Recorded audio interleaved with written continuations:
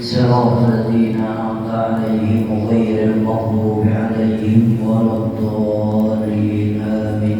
إن الله وملائكته يصلون على النبي يا أيها الذين آمنوا صلوا عليه وسلموا تسليما.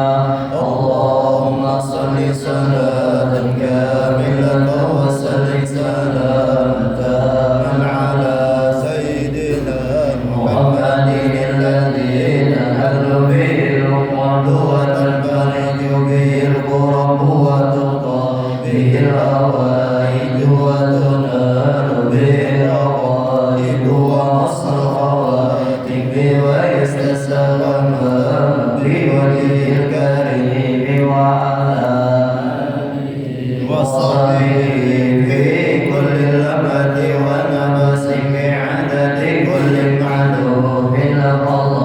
اللهم صل صلاة كاملة وسلم سلاما تاما على سيدنا محمد الذي تنال به العقد وتنفرج به الكرب وتقى به الهوائج وتنال به الرغائب وحسن الخواتم ويستسلم بوجه الكريم وعلى آله وصحبه في كل لمحة ونفس بعدد كل معلوم لك.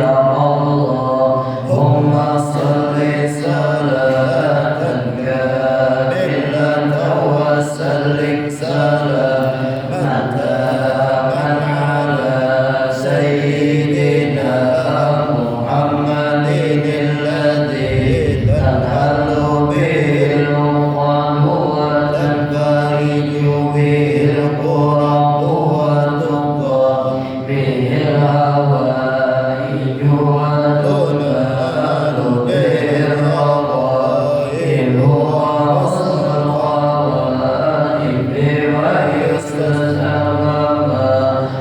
بوجه الكريم وعلى آله وصحبه في كل لمحة ونفس بعدد كل معلوم لك.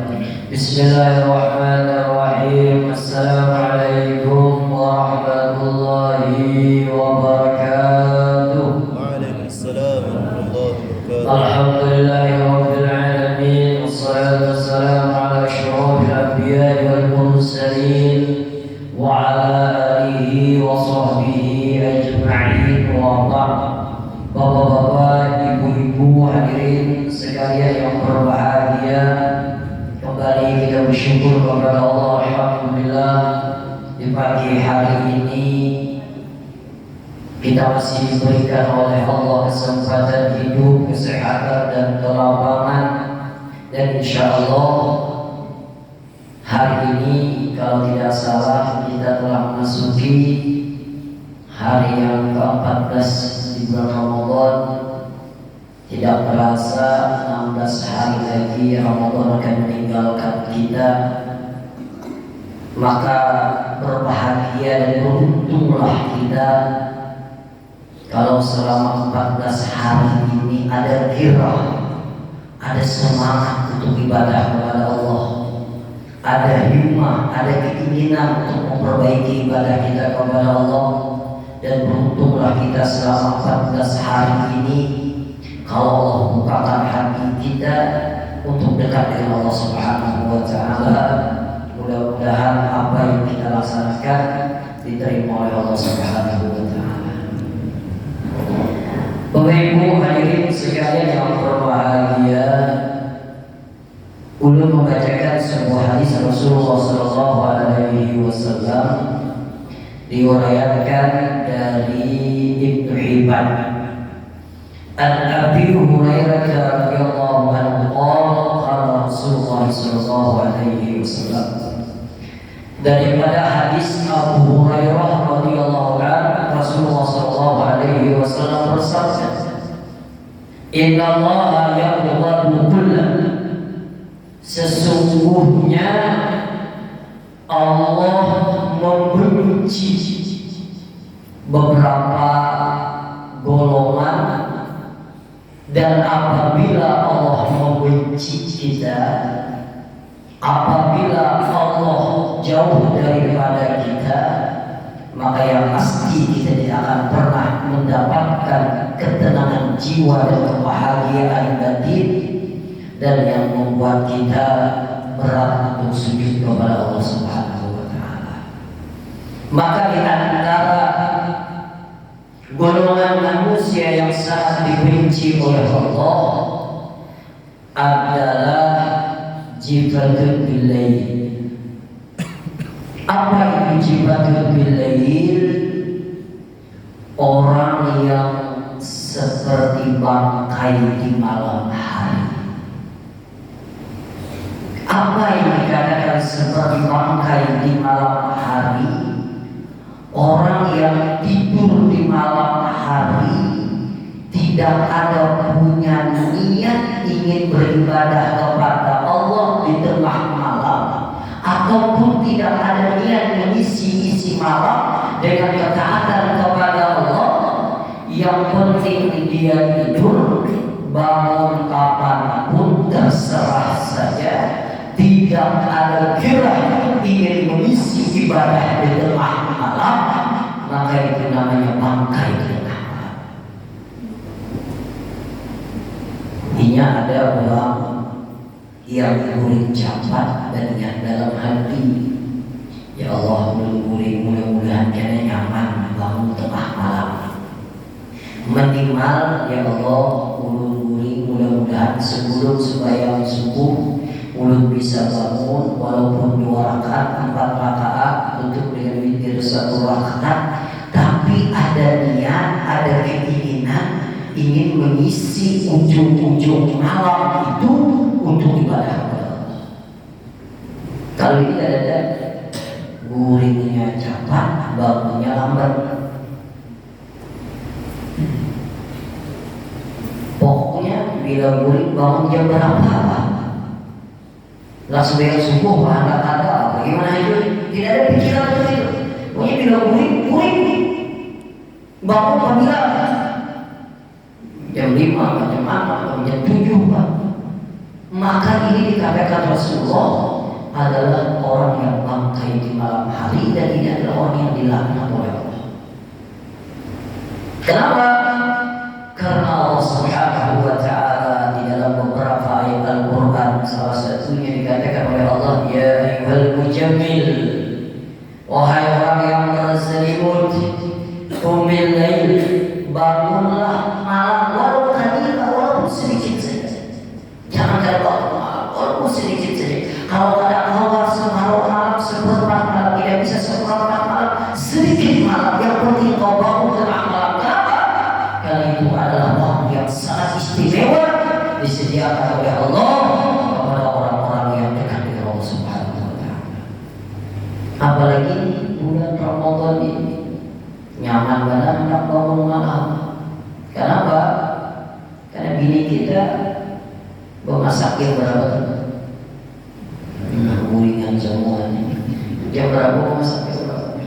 Nah, jam 3, jam 2 jam 3 agaknya jam 3 atau jam 2 caranya, pokoknya jam 3 minimal setengah 4 sudah bangun. Setengah 4 tuh selama ada mandi aja lah, kalau mandi itu lain lagi. Sebelum makan masih sempat sikat gigi, berwudu, minimal 2 rakaat sebelum makan. Jangan 2 pucuk rokok. Jadi kira malaikat bawa umur dan malaikat bawa ambil rokok minimal. Kenapa? Waktu istimewa, bulan istimewa, di situ doa diijabah oleh Allah, dan orang-orang yang mampu bangun tengah malam walaupun hanya 2 rakaat min ibadil mustafa, pasti hamba yang dipilih oleh Allah Subhanahu wa Ta'ala. Jangan kayak bangkai. Bahkan suami Dia bangun tengah malam, habisnya bangun tengah malam, dia bangunkan istrinya. Seandainya istrinya tidak mau bangun, dia ambil air, dipercikan di muka istrinya, maka suami yang demikian akan mendapatkan rahmatnya Allah. Sebaliknya, rahimahullah wa rahmatkan akan mendapatkan rahmat Allah. Seorang istri yang bangun tengah malam, lalu dia bangunkan suaminya, seandainya dia berat, lalu diambilkan air, dipercikan di muka suaminya, maka istri demikian pun akan mendapatkan rahmat dari Allah Subhanahu wa Ta'ala. Maka orang yang dilaknat oleh Allah adalah orang yang tidur, tidak punya planning untuk beribadah kepada Allah di malam. Kadang-kadang bergulingnya lalu bacaan, kadang-kadang ada lagi yang saksi gulingnya pada sebayang isya. Ini jumpa penilai. Yang kedua, termasuk orang yang dilaknat oleh Allah Subhanahu wa Ta'ala, himarun bin nahar. Apa itu himarun bin nahar? Orang yang seperti keledai di siang hari. Apa orang yang seperti keledai di siang hari? Di siang hari kerjaannya hanya bekerja saja, sibuk dengan urusan dunianya, yang dia pikirkan hanya harta saja, perutnya saja, yang penting dia mengumpulkan hartanya, dia sibuk dengan kegiatan dunia, melupakan akhirat. Itu namanya himar bin nahar, seperti keledai siang. Pokoknya mulai bangun guring pemikiran berdoa, habis itu pulang ada pemikiran beribadah, ada pemikiran apa yang penting masih ada waktu bekerja terus sibuk dengan urusan dunia ini, tidak pernah memikirkan sedikit untuk akhirat. Itu namanya himar bin nahar, dan ini orang yang dijelaka, dan ini adalah orang yang dibenci oleh Allah Subhanahu. Lalu selanjutnya, orang yang dibenci oleh Allah adalah orang yang bakhil dan tamak. Bakhil itu pelit, tamak itu selalu berambisi ingin mengumpulkan harta dan tidak peduli halal dan haram. Mohon maaf, sering berulang-ulang, malaikat itu setiap hari berdoa dengan dua macam doa. Yang pertama, malaikat berdoa, Allahumma a'ti mumfikan khafa. Ya Allah, berikanlah ganti kepada orang yang gemar bersedekah dan memberi. Jadi apabila kita ingin bersedekah, apabila kita ingin memberi, apabila kita ingin berbagi, maka malaikat itu khusus mendoakan kita dengan doa apa? Allahumma a'ti mumfikan khafa. Ya Allah, berikanlah kepada orang yang gemar bersedekah itu gantinya. Tetapi sebaliknya, bagi orang yang pelit alias pemalas, alias angker benar, apa doanya? Allahumma a'ti mumsikan tawakal. Ya Allah, berikanlah kepada orang yang berini kebinasaan. Maka jangan aneh ya, ini survei membuktikan. Apabila orang itu pemalas, karena harta ini akan habis di hari tua yang bisa, atau hartanya akan habis oleh gawian anaknya, atau hartanya akan habis dalam kebutuhan. Kenapa? Karena Allah titipkan harta banyak, tapi berhitungan dengan makhluknya Allah Subhanahu.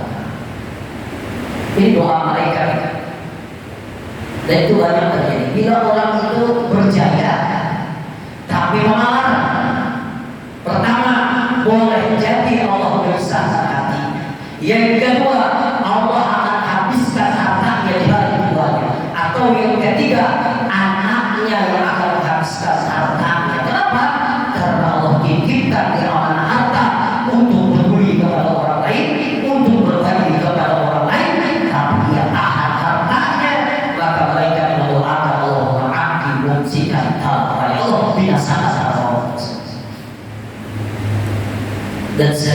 ulang-ulang.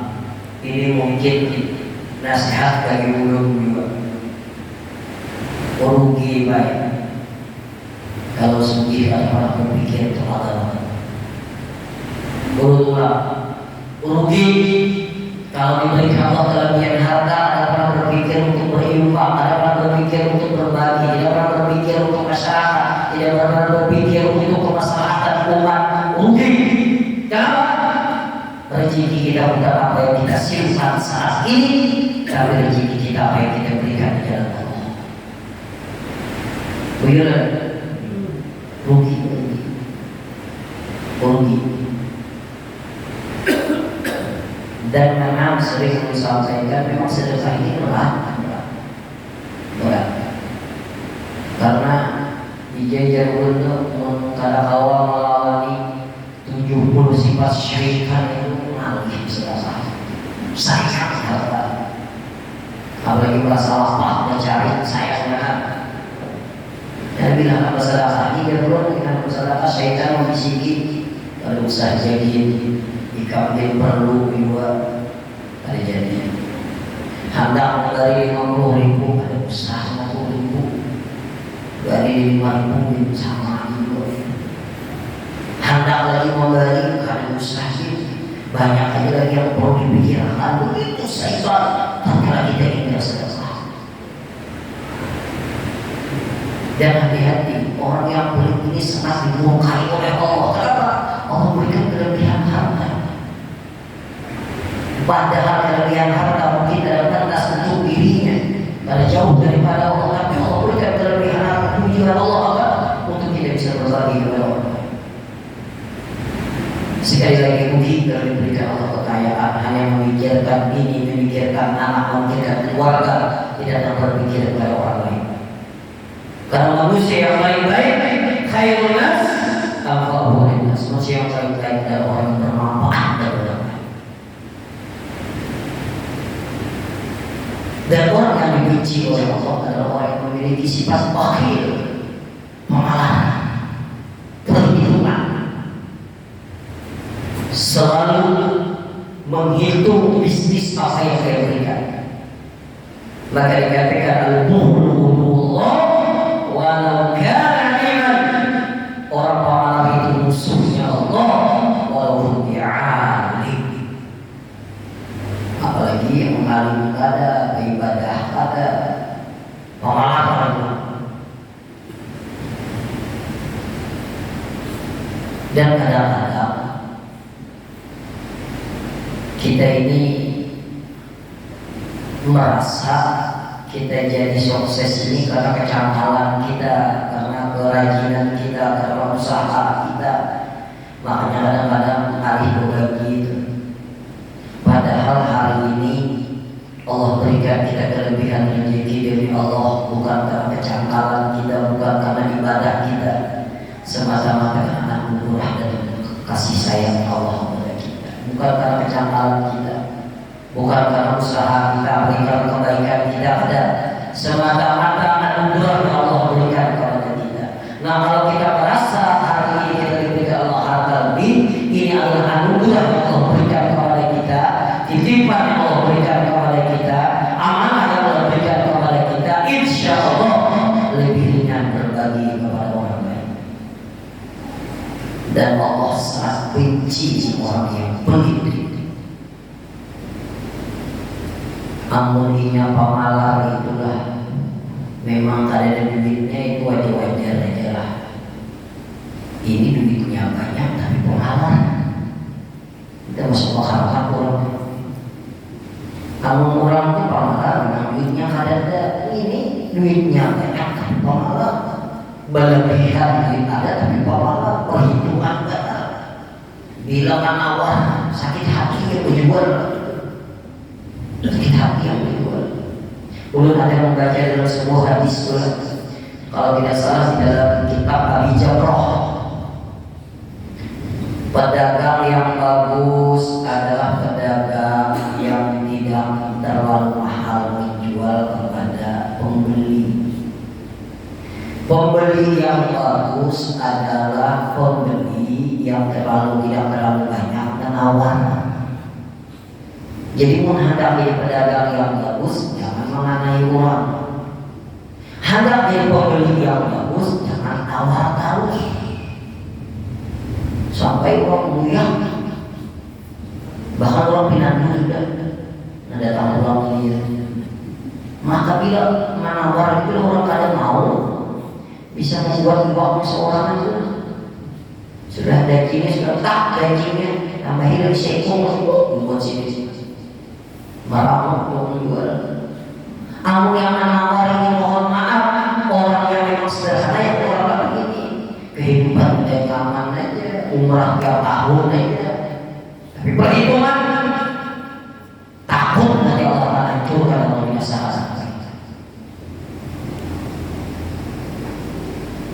Dan kita harus meyakini apa yang kita makan pasti akan jadi kotoran, dan apa yang kita simpan pasti akan menjadi rebutan, dan apa yang kita nafkahkan di jalan Allah itulah yang akan menerangi alam kubur kita. Jadi berbahagialah kita kalau nyaman rasanya berbagi, dan ini adalah anugerah dan hemat luar biasa. Dan celakalah kita kalau selalu perhitungan dan pengalaman. Yang ketiga, orang yang dibenci oleh Allah Subhanahu wa Ta'ala adalah orang yang sombong. Sombong ini di dalam kitab Al-Haddad itu ada 3 macam ciri. Kalau ada yang 3 macamnya mungkin kita termasuk orang yang sombong. Pertama, ananiyahnya kuat. Ananiyah itu apa? Keakuan yang kuat. Pokoknya aku itu menjaganya ada aku itu masjid itu jakanya ada aku, itu majlis taklim itu jakanya ada aku, itu si aku itu jakanya ada aku, itu si aku lagi sukses kok jakanya ada aku, masjid itu lagi yang humble jakanya ada aku yang merupakan humble-nya. Jurang punya siapa panitia yang merupakan humble-nya. Ini keakuan itu lebih bisa jakanya ada aku, jakanya ada aku, jakanya ada aku. Ananiahnya kuat diciri oleh Islam. Yang kedua, orang yang sombong itu najul nafsihi bi'ainil ijadi wal istihzar. Apabila memandang dirinya dengan pandangan penuh dengan kemuliaan, hati-hati, halus banget. Maitihi seorang yang merasa lebih baik daripada orang lain. Memandang diri kita ini rasa beribadah daripada orang lain, memandang diri kita ini rasa lebih mulia daripada orang lain, ini namanya najul nafsi bi'ainil ijadi wal istihzar. Memandang dirinya dengan pandangan kemuliaan, dan ini min alamatil kibri, min alamatil mutakabbir. Ini ciri daripada orang yang sombong. Makanya sering disampaikan, sekiranya kita ini ada sombong, pertama harus memiliki ilmunya apa? Siapa sih kita ini? Kita bakal dilahirkan tidak memiliki apa-apa. Hari ini Allah berikan kita kelebihan, karena semuanya adalah pemberian Allah. Yang kedua,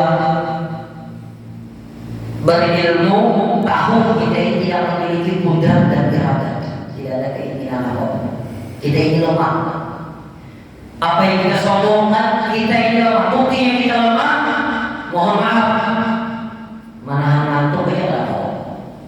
Itu menandakan kita lemah. Siapa kau menahan ngantuk? Sudah sampai guli-guli, nggak boleh tahan. Kita ini lemah.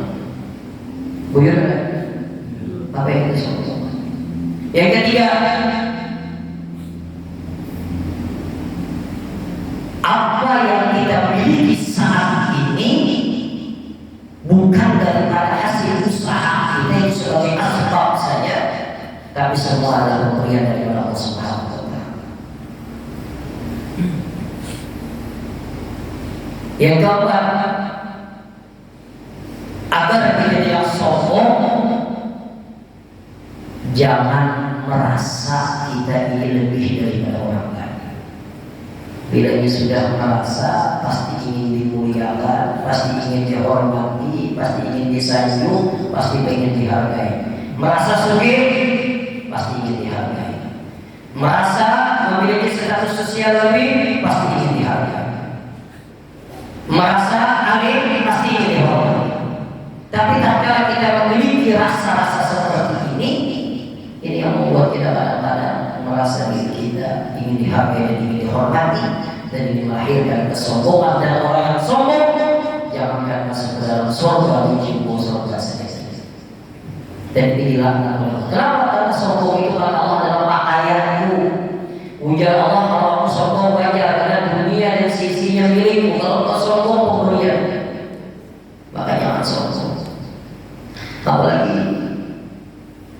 sombong melawan harta, karena lawas harta sebentar akan berpindah tangan kepada ahli waris kita. Sombong dengan jabatan sebentar, 5 tahun, 10 tahun selesai. Sombong dengan kecantikan sebentar, biar sulam alis, sulam bibir, sulam lagi dikancang pakai nalim-nalim sudah 70 tahun tak pernah dikasih. Biar sulam bibir, sulam apa, malah boleh takutan jadinya. Tidak ada lagi. Maka orang yang sombong ini kata Allah adalah orang yang sangat aku benci.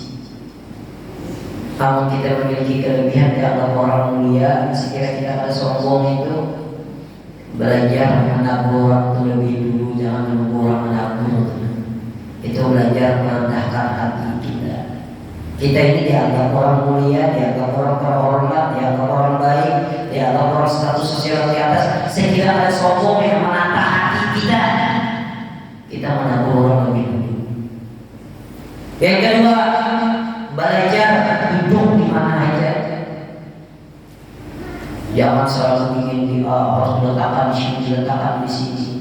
Ini yang membuat kita lupa merasa kita lebih daripada orang lain. Dan Allah sangat murka dan sangat benci dengan orang sombong. Maka di dalam hadis qudsi Allah, aku benci, kata Allah, dengan orang kaya yang sombong, tapi aku jauh lebih benci dengan orang miskin yang sombong. Kalau punya sugih sombong dibenci oleh Allah, tapi Allah jauh lebih benci dengan orang miskin yang sombong. Kalau sugih sombong mungkin ya kurang lebih aja. Ada yang disombongkan, ini miskin sombong, galak sapuan bagak, ini kan lebih benci oleh Allah. Tapi sebaliknya kata Allah, aku senang dengan orang miskin yang rendah hati, tapi aku jauh lebih senang dengan orang kaya yang rendah hati. Kalau miskin rendah hati, ya wajar, makanya dia apa-apa. Tapi kalau orang sugih rendah hati itu luar biasa. Insya Allah si sugih, tapi bergaul dengan siapapun, mau bertemu dengan siapapun, tegur siapa. Kadang-kadang kita melihat sini gimana guru pada hulu. Kadang-kadang berkumpul, bergabung dengan siapapun, tidak memilah dan tidak memilih. Ini adalah orang yang sangat dicintai oleh Allah Subhanahu wa taala. Maka ibu-ibu mohon maaf, jangan memaksakan diri. Jangan dilihat orang kita wow, dilihat orang kita mewah, tapi kita memaksakan diri. Itu namanya orang miskin gaya sugih, dan ini sangat dimurkai oleh Allah Subhanahu wa taala. Dan yang terakhir, orang yang dibenci oleh Allah Subhanahu wa taala adalah orang yang selalu berbohong dan ingkar janji. Ini min alamatin nifaq, ini adalah ciri orang yang munafik. Jadi bila bandar ini orang tahu pasti banyak kerapunnya. Bila berjanji kalau diharapkan pasti berkhianat, maka ini adalah orang yang dimurkai oleh Allah. Kenapa? Karena min alamatin nifaq, ini ciri-ciri adalah orang yang munafik. Bapak Ibu hadirin sekalian yang berbahagia, inilah beberapa orang yang dimurkai oleh Allah, dibenci oleh Allah dalam hadis Abi Hurairah radhiyallahu anhu. Mudah-mudahan kita bisa menghindari 6 sifat ini dan mudah-mudahan kita orang yang dicintai oleh Allah Subhanahu wa taala. Silahkan kalau ada pertanyaan, dulu kasih dialog 10 menit atau 5 menit lagi boleh bertanya, menghidupkan suasana. Silahkan, tidak ada anak. Terima kasih. Memberi kembali beri anak. Nah, ibu-ibu, lihat nih ada apa-apa orang kuliah silakan. Assalamualaikum warahmatullahi wabarakatuh. Waalaikumsalam. Bertanya, terima kasih mengenai Qiyamul Lail tadi Ustaz. Karena biasanya kan kalau Ramadan ini kita bangunnya agak lebih pagi. Dan yang jadi pertanyaan, batasannya untuk menggawe Qiyamul Lail. Biasanya kan orang sebelum azan sudah ke masjid, apakah bisa yang melaksanakan Qiyamul Lail tadi sebelum qobliyah subuh di dalam masjid? Karena di samping rumah misalnya sholat, jadi suka lambat tahajudnya di dalam masjid sebelum azan. Itu yang pertama. Terus yang kedua, di bulan Ramadan ini juga kan biasanya kita kalau misalkan di jalan apalagi suasana dari hari yang panas itu kan biasanya melihat orang makan, orang minum. Kemudian diakui kita terlintas di pikiran rumahnya orang makan. Nah itu kira-kira terlintas dan ingin seperti itu, apakah termasuk mengurangi pahala kita yang berpuasa? Terima kasih. Assalamualaikum warahmatullahi wabarakatuh. Waalaikumsalam. Waktu salat tahajud itu bagi orang yang tidur, itu setelah salat isya waktunya. Kalau habis salat isya, habis taraweh, witir, lalu dia guling bisa. Lalu tabangun jam 11 sudah bilang tahajud karena sudah tidur. Tapi bagi orang yang tidak tidur, mulai waktunya itu setelah tengah malam sampai azan subuh. Jadi di situ adalah waktu dia mulai. Cuma bagi kita yang sembahyang tahajud di tengah malam, tidak usah lagi tutup dengan witir. Kenapa? La witrani fi lailatin, tidak ada 2 witir dalam satu malam. Pertanyaan dia, sebelum orang azan masuk ke dalam masjid, maka tahiyatul masjid isi dengan tahajud, isi dengan salat tasbih, isi dengan salat tahajud. Maka itu bagian daripada qiyamul lail, menghidupkan malam. Yang kedua, melihat orang makan, minum, lalu terlintas dalam hati nyamannya makan dan apa? Memang nyaman makan. Tapi seperti itulah dunia telah itu. Coba kita mau buka semua hendak dimakan. Melihat bingkak nyaman, sebuling pulang es campur nyaman, menyinggung sebelah kalang bulan nyaman semua. Coba terkadang berbuka seteguk air, makan korma, wadah seiris, sudah keinginan sehilang semua. Itulah nafsu terkadang. Sebelum berbuka ini banyak awal ceceperannya makan. Tapi setelah kita berbuka selesai saja. Itulah nafsu. Dari yang lain silakan. Silakan. Assalamualaikum warahmatullahi wabarakatuh. Waalaikumsalam. Ustaz, Ya. ada 2 pertanyaan. Insyaallah mudah-mudahan kita semua bisa mengambil hikmah dari pertanyaan ini. Tatkala kita melakukan sholat pada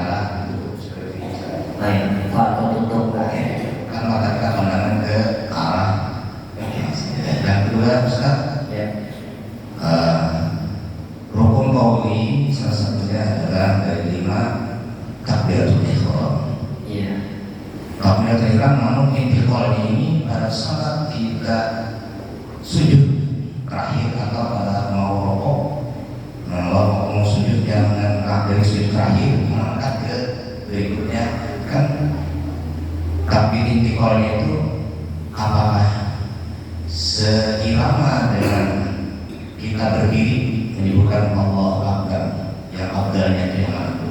Terima kasih Ustaz. Assalamualaikum warahmatullahi wabarakatuh. Ini belum panjang jawab karena pikirnya.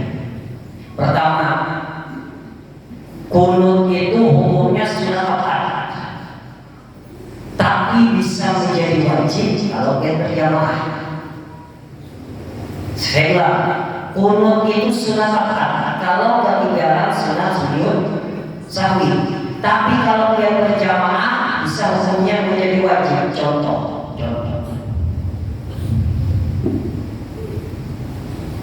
Allahu Akbar, Allahu Akbar, Sami Allahu liman hamidah. Biar mungkin masyarakat kunut. Maka kalau imam kunut, maka biar mohon maaf minimal wajib berdiri sebagaimana orang yang berkunut. Atau yang kedua, kunut ini bisa wajib ditinggalkan kalau imam kada kunut. Contoh lagi di Makkah, imam kada kunut. Allahu Akbar, imam Allahu Akbar, dia Allahumma hdina biman hadayt wa bina biman afait. Terpisah jika pun maka hilang pahala jemaahnya.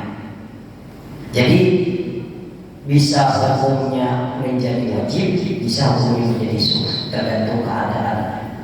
Begitu juga sujud sahwi. Sujud sahwi itu bisa wajib sunnah dan bisa menjadi wajib. Apabila imam sujud sahwi, maka kamu harus sujud sahwi. Kecuali kalau dia tidak lihat, kalau dia mukarrah seperti ini. Yang pertama. Yang kedua, mengangkat tangan. Mengangkat tangan ini kalau dalam kitab Nabil Autar, yang penting diangkat, bukan. Mengangkat tangan ini hukumnya sunnah. Kalau seandainya kunut ini Allahumma hdina biman hadayt, tidak apa-apa. Cuma kalaupun mengangkat tangan ini bagian daripada adab. Lalu cara mengangkat tangannya boleh sejajar dengan pundak kita. Kira-kira, jangan harus pada kali kan bawa ukur. Harus diukur kira-kira saja. Dan yang kedua, tidak ada jadi masalah Ustaz ini boleh rapat, boleh jalan. Tapi yang kalian disuruh ini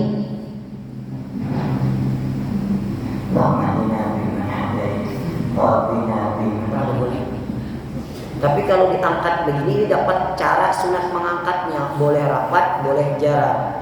Memang dulu cara di Polda katanya Ustaz bagus rapat, Ustaz ini merapat. Bila bubur mulai langit dia, kalau bubur ke bawah ada air.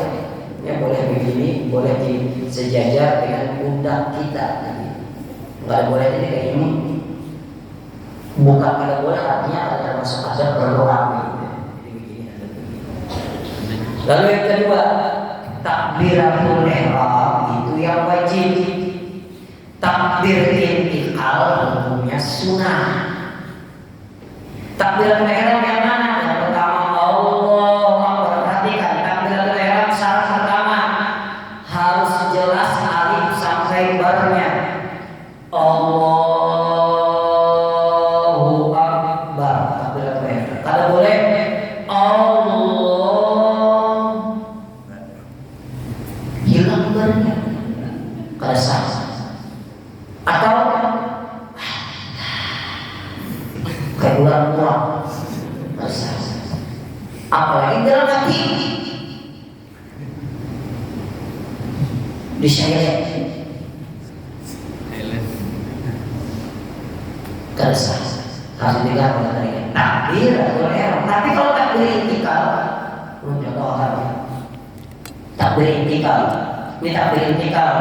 Allahu Akbar, sunnah Allahu Akbar. Sami Allahu liman hamidah. Allah ini sunnah Allah karena takbir Cuma sebaiknya imam, ini kalau jadi imam, takbir itu disesuaikan dengan gerakan. Misal, Qul huwallahu ahad, Allahus samad, lam yalid wa lam yulad, wa lam yakul lahu kufuwan ahad. Allahu akbar. Allahu akbar pas rukuk. Sujudnya Allah, pas sujud naiknya Allahu akbar. Jangan jadi imam tuh dalam sujud Allahu akbar. Wah, masih sini Allahu akbar. Allahu akbar. Mana Allah baru naik? Jangan disesuaikan Allahu akbar. Lagi bergerak. Kemudian dapat cara yang benar takbir intikal. Jadi takbir intikal ini hukumnya sunnah, tidak wajib, beda dengan takbiratul ihram. Itu jawaban. Terakhir, siang dari masih bungkus. Boleh, babinya apa lagi? Ya silakan. Ini yang mana? Besar sebenarnya. Saya jadi nol, masih. Burimba. Lain belakang.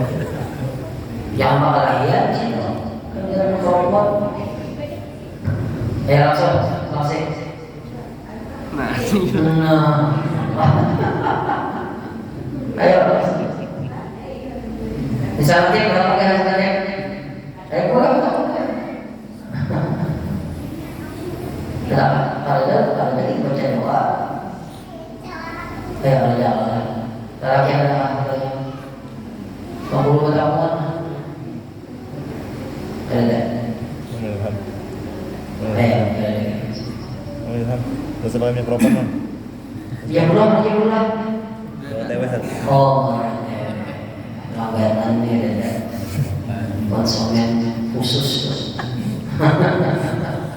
Awalnya ada kita mencari ada aku. Baik. Ibu hadirin sekalian yang berbahagia, mari kita sama-sama tutup dengan baca doa Al-Fatihah. A'udzubillahi minasyaitonir rajim. Bismillahirrahmanirrahim. Alhamdulillahirabbil alamin, arrahmanir rahim, maliki yaumiddin. Iyyaka na'budu wa iyyaka nasta'in. Ihdinas siratal mustaqim. Siratal ladzina an'amta 'alaihim ghairil maghdubi 'alaihim waladdallin. Amin. Bismillahirrahmanirrahim. Alhamdulillahirabbil alamin, wassalatu wassalamu ala asyrafil anbiya'i wal mursalin wa ala alihi wa sahbihi ajma'in. Wa'fu 'anna ya karim, wa'fu 'anna ya rahim, wa'fu 'anna ya arhamar rahimin. Allahumma nawwir qulubana ya Allah bi nuri hidayatik kama nawwarta qulubal anbiya'i wal mursalin wasyuhada'i wassalihin. Allahumma inna nas'aluka al-huda wat-tuqa wal-'afafa wal-ghina wa sallallahu ala sayyidina Muhammadin wa ala alihi wa sahbihi wa sallam. Subhana rabbika rabbil 'izzati 'amma yasifun, salamun alal mursalin walhamdulillahi rabbil